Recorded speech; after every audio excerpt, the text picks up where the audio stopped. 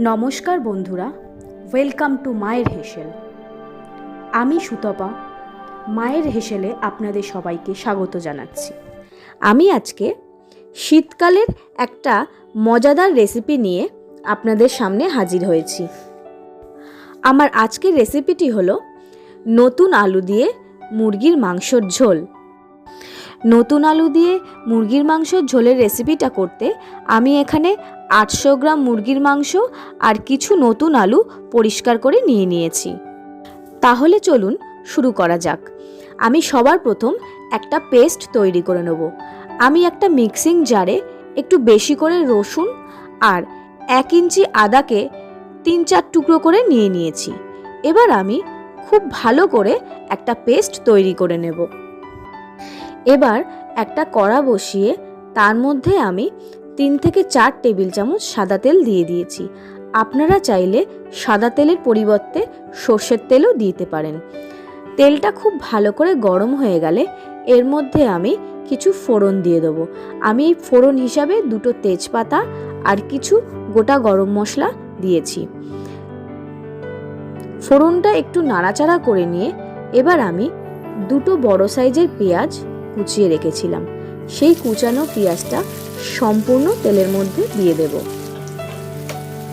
পেঁয়াজটা কড়ার মধ্যে দিয়ে 3 থেকে 4 মিনিট ধরে আমি পেঁয়াজটা নাড়াচাড়া করতে থাকবো।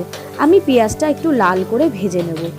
পেঁয়াজটা যখন ভালো করে ভাজা হয়ে যাবে এর মধ্যে আমি 2খানা টমেটো কেটে দিয়ে দেব। টমেটোটা দেওয়ার পর আমি খুব ভালো করে 2-3 মিনিট ধরে টমেটোটা কড়ার মধ্যে নাড়াচাড়া করে নেব। এবার আমি এর মধ্যে গুঁড়ো মশলাগুলো অ্যাড করে দেব।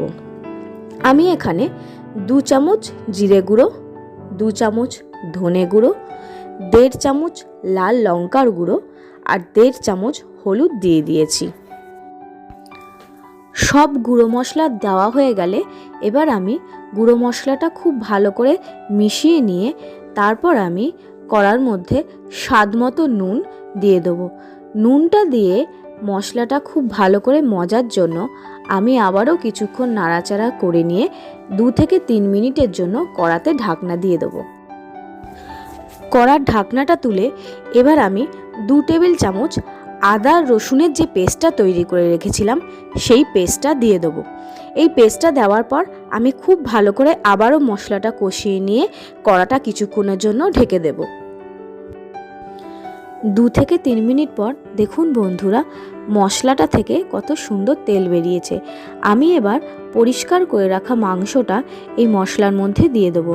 দিয়ে খুব ভালো করে আবারও আমি মশলার সঙ্গে মাংসটা মিশিয়ে নেব। নিয়ে 5 থেকে 6 মিনিটের জন্য কড়াতে ঢাকনা দিয়ে দেবো।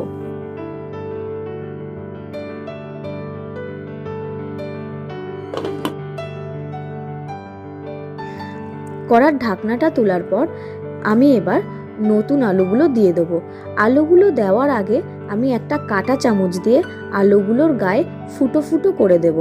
তাহলে বন্ধুরা আলুগুলোর মধ্যে খুব ভালো করে মশলা ঢুকবে আর খুব তাড়াতাড়ি নতুন আলুটা সেদ্ধ হয়ে যাবে। নতুন আলুগুলো সব দেওয়া হয়ে গেলে আমি এবার মাংসর সঙ্গে আলুটা খুব ভালো করে মিশিয়ে নেব। তারপর 10 মিনিটের জন্য কড়াটা আবার ঢেকে দেব। 10 মিনিট পর কড়ার ঢাকনাটা তুলে আমি এবার 2টো কাঁচা লঙ্কা দিয়ে দেবো। কাঁচা লঙ্কাটা দিয়ে আবার খুব ভালো করে মাংসটা নাড়াচাড়া করে দিয়ে আবারও আমি 10 মিনিটের জন্য কড়াটা ঢেকে দেবো। বন্ধুরা আলুটা আর মাংসটা খুব ভালো করে সেদ্ধ হওয়ার জন্য আমি বারে বারে কড়াটা একটু ঢেকে ঢেকে রান্না করব। আবারও 10 মিনিট পর কড়ার ঢাকনাটা তুলে এবার আমি 1/2 চামচের মতো গুঁড়ো গরম মশলা অ্যাড করে দেবো। গরম মশলাটা দিয়ে আমি আবারও কড়াটা ঢেকে দেব। কড়ার ঢাকনাটা তুলে দেখুন বন্ধুরা, মাংসটা কিন্তু খুব ভালো করে কষানো হয়েছে আর কত সুন্দর মাংসটা থেকে তেল ছেড়েছে। এবার আমি এর মধ্যে পরিমাণ মতো উষ্ণ গরম জল দিয়ে দেবো। আমি এখানে একটু বেশি পরিমাণে জল ব্যবহার করব, তার কারণ আমি এটা নতুন আলু দিয়ে মুরগির মাংসর ঝোল করছি, তাই একটু আমি বেশি পরিমাণে জল দেব।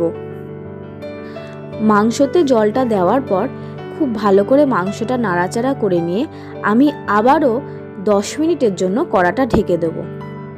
বন্ধুরা, আমার কিন্তু নতুন আলু দিয়ে মুরগির মাংসের ঝোলটা প্রায় রেডি, কেননা এখানে মাংসটা আর নতুন আলুটা খুব ভালো করে সেদ্ধ হয়ে গেছে। গরম মশলাটা দিয়ে আমি কড়ার ঢাকনাটা দিয়ে দিলাম। এরপর 2 থেকে 3 মিনিট ফোটার পর আমি গ্যাসটা বন্ধ করে দিয়ে 10 মিনিটের জন্য স্ট্যান্ডিং টাইমে রেখে দেব। দেখুন বন্ধুরা, আমার কিন্তু মুরগির মাংসের ঝোলটা একদমই রেডি হয়ে গেছে। শীতের দুপুরে এই রেসিপিটা একদম জমে যাবে। যদি আপনাদের আমার এই রেসিপিটা ভালো লেগে থাকে, প্লিজ লাইক, কমেন্ট, শেয়ার করে আমার পাশে থাকবেন আর আমার চ্যানেলটি সাবস্ক্রাইব করে নেবেন। নমস্কার।